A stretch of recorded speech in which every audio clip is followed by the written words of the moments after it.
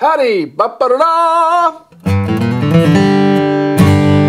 What? Son, look at this action right here. This is an '09 Martin D18 Golden Era mahogany guitar. Got a little wider nut on it. They're built just like the old ones were, supposedly. It's got the forward shifted X bracing.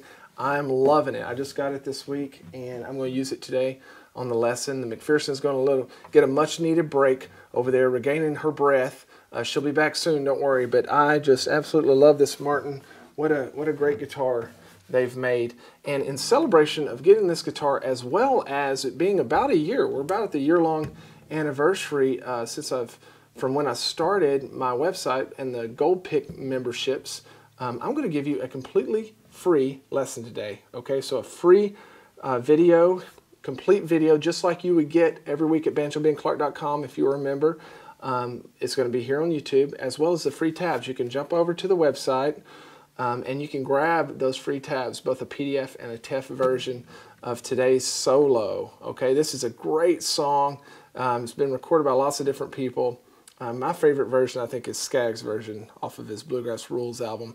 But check out this guitar solo to Somehow Tonight. Somehow tonight I feel lonely. Somehow tonight I feel blue.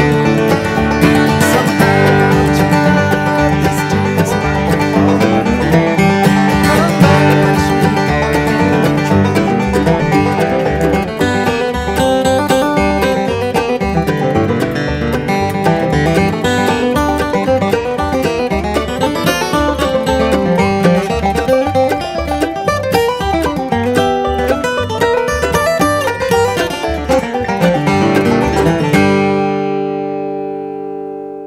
what I want you to do now is go on over to the website, and I want you to click on the free tabs section, and there you can find the guitar version of Somehow Tonight. Download those files and open them up, because we're about to dive in and learn each and every measure. And let me show you, or kind of tell you how this works. Those of you who are members of the website, you're used to this by now, but we're going to start at the very top, and we're going to learn, like I said, every single measure, identify any trouble spots that might pop up, talk about our specific fingering, just little different techniques.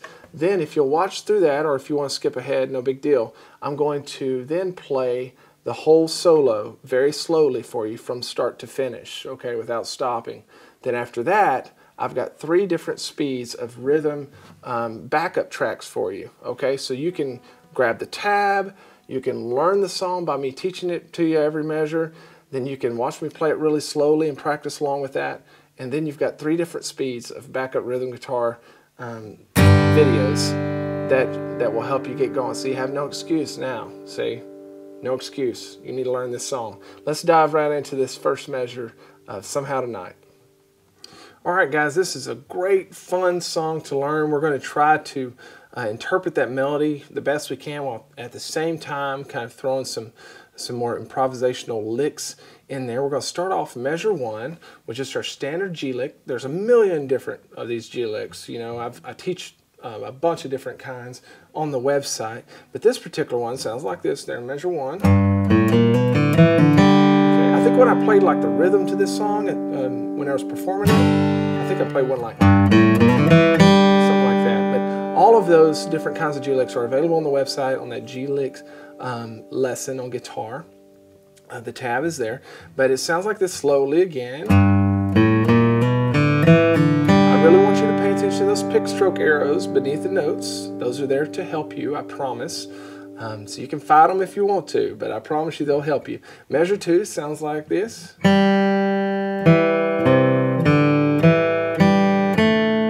Pretty simple, and we're still just in that bluegrass measure. You know, we haven't even really started the melody yet. This is just after we got finished singing the chorus, and we're filling in a couple measures before we come into the solo. Remember that later on in the video, I'm going to play this whole thing through very slowly for you from start to finish.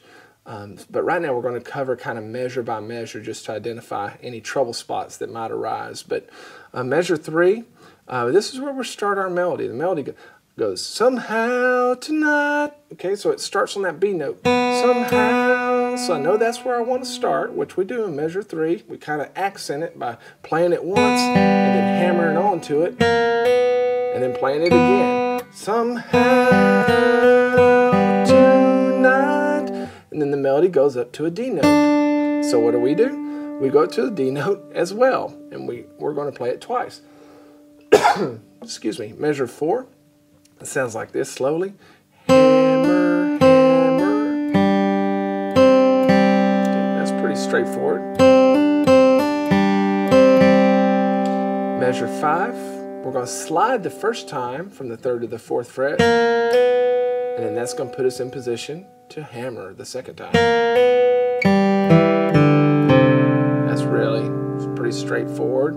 Measure 6 gets kind of syncopated, so you really need to count, or be sure and download that TEF file that's there on the website for free for this particular lesson, because you can get that TEF view player that's also free, and it will play this tab for you. You can really hear that time. You can control the tempo and everything. It's a great practice tool, but it sounds like this. 1 and 2 and 3 and 4 and... Okay, so we have a little rest there on that 3rd beat, but I don't stop the notes from playing. I'm not doing this. Okay, I just have that rest there so that you know that nothing is being played right on that 3rd beat if you count along. 1 and 2 and 3 and 4 and... Now measure 7, we keep that syncopation going by not having a note on the 1st beat. So we'll start that measure with an upstroke on the back half of the 1st beat. 1 and 2 and 3 and 4 and... Okay, so now we're going back and the melody's climbing back up again. Somehow tonight I feel blue. I'm not known for my singing, so y'all bear with me. But we're going to, once again, accent that B note. Once again, that measure 8, see that little rest there on the and of 3? That doesn't mean to kill all of our sound. That just means that nothing's being actually picked there. Good job. Now we'd want to do that hammer on there, measure 8, with our 1st finger, because that's going to leave us in position as we go into measure 9 to use our ring finger on that 5th fret. And that measure sounds like this. 1 and 2 and 3 and 4 and... That's just a cool lick to take anywhere you want to go. You can kind of just practice it over again. Good. Now measure 10, we're going to go to the D chord, and we're going to get into some more difficult rhythms here. But it starts off with these 8th notes. Measure 10 slowly sounds like this. 1 and 2 and triple it, 4 and triple it. What's that? Well, you see that on the 3rd beat there, we've got those 3 notes that are grouped together. It has that little number 3 beneath the stem.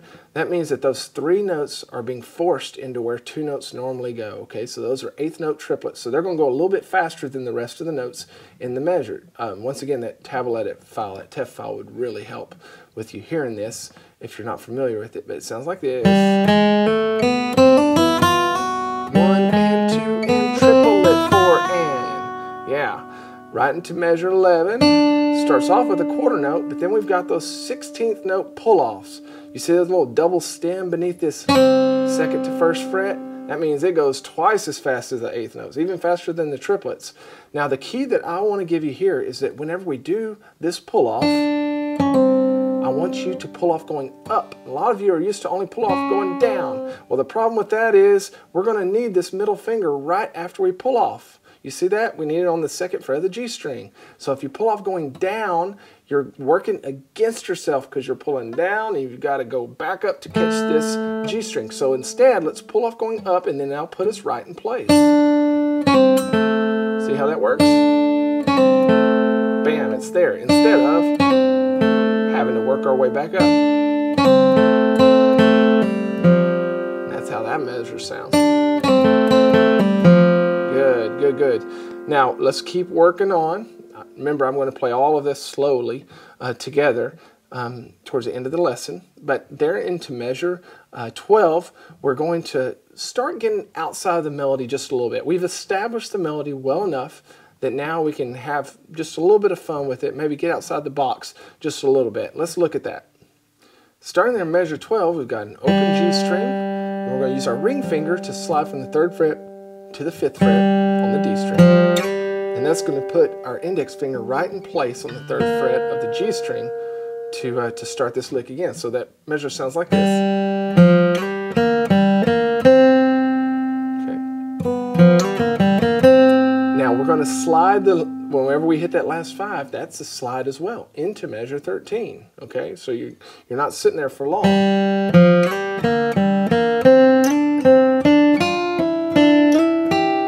Okay, we really get pretty slippery with this lick, I'm not gonna lie, but let's look there and let's just break down measure 13. We're sliding into that 7th fret. Okay, then once we come into it, down, up. Now leave your ring finger down right here. Okay, print out this tab and write these little tips down.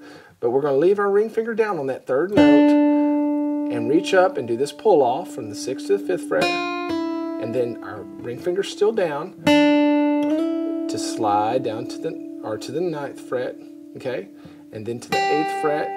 Then we're going to just reach up with our pinky. Measure 14 now, sounds like this. Okay, this is really just kind of a scale lick. It's almost right down this scale. Okay, we're just skipping a few notes. Slide. Good job. Into measure 15. We're going to do our middle finger, the 8th fret there on this D string. 1 and 2, okay, into the 8th fret there. That's just a G chord. Same thing we're doing there. Now we give it a little rest, and then we're going to reach down with an upstroke and slide from the 9th all the way to the 12th. Okay, so let's just look at this measure 15 by itself, and let's get it before we move on. Instead of, I don't want it to frustrate you, but it sounds like this. Okay, now my pick strokes that I like to see is down, down, up, up. That's technically correct. If you want to do a down, up, then go ahead. Nobody's going to get mad at you. But the trick is to get that timing correct. So you need to count along with it. 2, ready, go. 1 and 2 and 3 and 4 and. Good job. Great. Now that is going to set us right up in the position for the next lick that goes into 16. We have once again a little 8th note rest on the 1st beat of the measure, and then we're just catching that melody up there. Remember what the song does right here? It goes, sweetheart, E-D. So we've kind of bent off the melody as we've come up.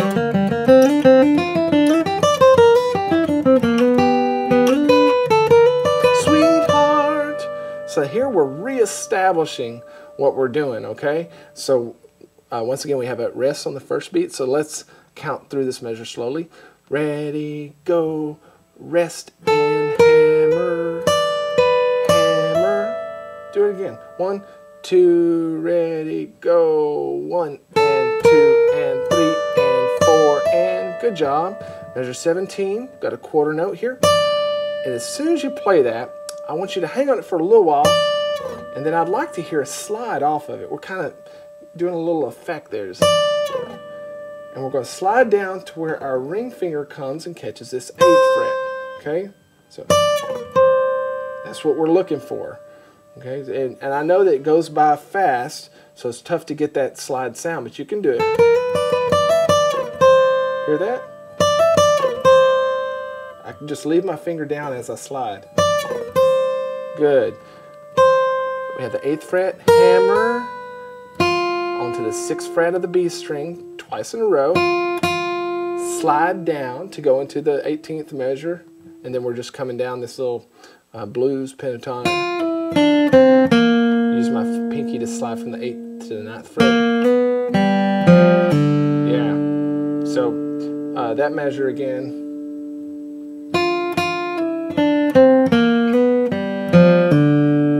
Not too bad. And then measure 9, we got it licked. We're just going to do a kind of a syncopated G lick. We're going to start on the G string and then immediately do a down stroke there, and then immediately do an upstroke on this A string. So it takes a little while to kind of get used to that stretch. Down, up.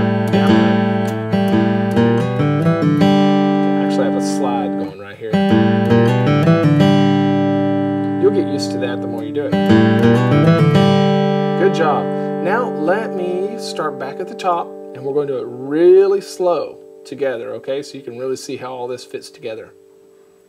1, 2, 3, 4, 1, 2, 3, 4, 1, 2, 3,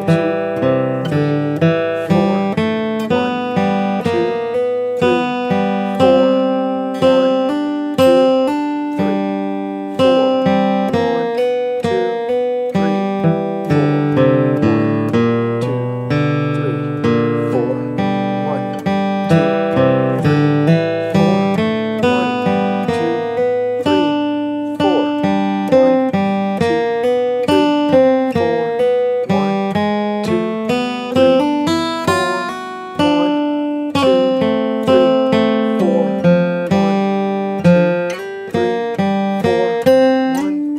2, 3, 4, 1,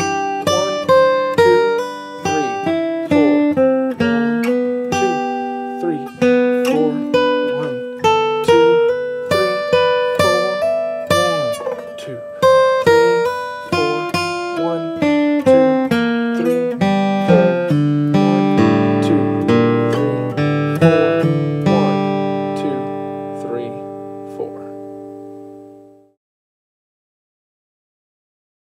Alright guys, let's play some rhythm tracks to this so that you can really get your practice in. Print out that tab there, or just watch there on the screen. What I'm going to do is just give you a 4 count, and then I'm going to play the G lick with you. And that measure 1, and then you're going to go into playing the solo, and I'm going to go into playing rhythm with you. Here we go. 1, 2, ready, go. 1, 2, 3, 4.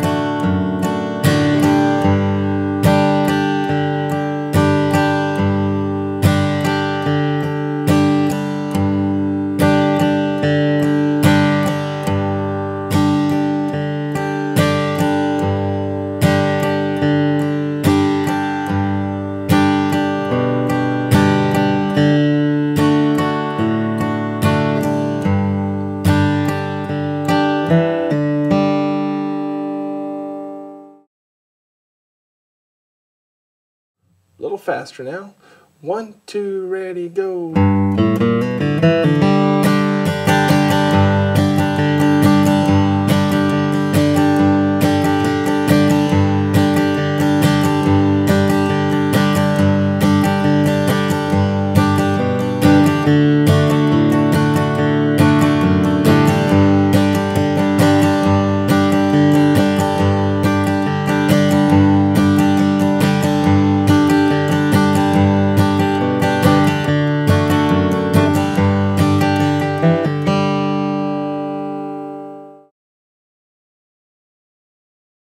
Let's step it up now. You ready?